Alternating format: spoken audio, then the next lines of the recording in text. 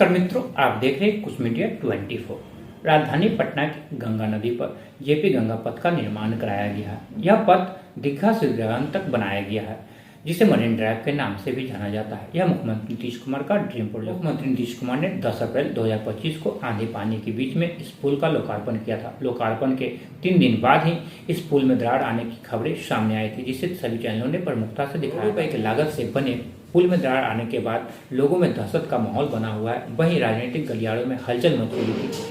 इसी बीच पथ निर्माण मंत्री नितिन नवीन ने जेपी गंगा पथ का दौरा करते हुए निरीक्षण किया और इससे जुड़े हुए पदाधिकारियों को कई सारे दिशा निर्देश दिए।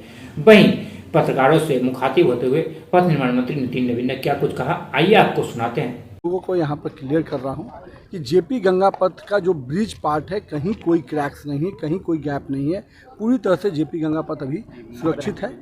जहाँ तक जो गैप आप लोगों ने देखा था, जिस गैप की चर्चा हुई थी, वो रोड पार्ट का है। और जनरली जो ब्रिज और रोड के बीच में वो स्पेस गैप दिया जाता है ताकि दोनों के बीच का जो फ्रिक्वेंसी है, समाउ प्रेशर जब बनता है तो वो गैप रहने दिया जाता है और उस गैप को समाउ फिलिंग किया जाता है ताकि कभी कभी वो गैप मेंटेन भी रहे और हम लोग टेक्निकली तरीके से भी उसको हमेशा मॉनिटर करते रहें। अभी के समय में जो रोड के विषय पे आया है गैप का, उसको हम लोगों ने और वेरीफाई करने के लिए हम लोग संतुष्ट हैं।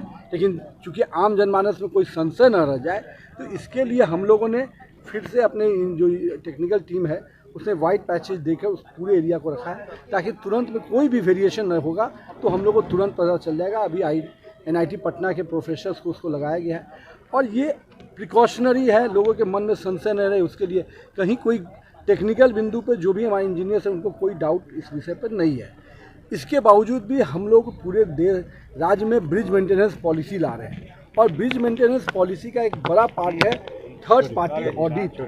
जो थर्ड पार्टी ऑडिट के भी निर्णय हम लोगों ने डिपार्टमेंट से लिए। मैंने उसी के क्रम में कहा था कि थर्ड पार्टी ऑडिट जो हम लोग का सभी राज्य के सभी ब्रिजेज का थर्ड पार्टी ऑडिट होना है, उसी क्रम में मैंने कहा था कि इसका भी थर्ड पार्टी ऑडिट में प्राथमिकता देते हुए, प्रायोरिटी देते हुए उसको हम पहले करवाएंगे। यही बात है और मैं आपके माध्यम से सबको संतुष्ट करूंगा कि जो ब्रिज पे हम लोग खड़े हैं, जेपी गंगा पथ माननीय मुख्यमंत्री के कर कमलों द्वारा जो कुछ ही दिन पहले इसका उद्घाटन हुआ था, वो पूरी तरह से सुरक्षित है, आवागमन के लिए तैयार है और जो संशय आए थे उसको भी हम लोग दिखवा रहे हैं। कहीं कोई संशय की स्थिति नहीं रहेगी, लोग पूरी तरह से आश्वस्त रहे। इसको दरार कहेंगे या कुछ और कहेंगे? मैंने तो अभी आपके सामने इतना क्लियर किया, अभी इसको क्या सब। लेकिन अप्रोच रोड है पहले आप समझिए, दोनों चीज़ें अलग हैं।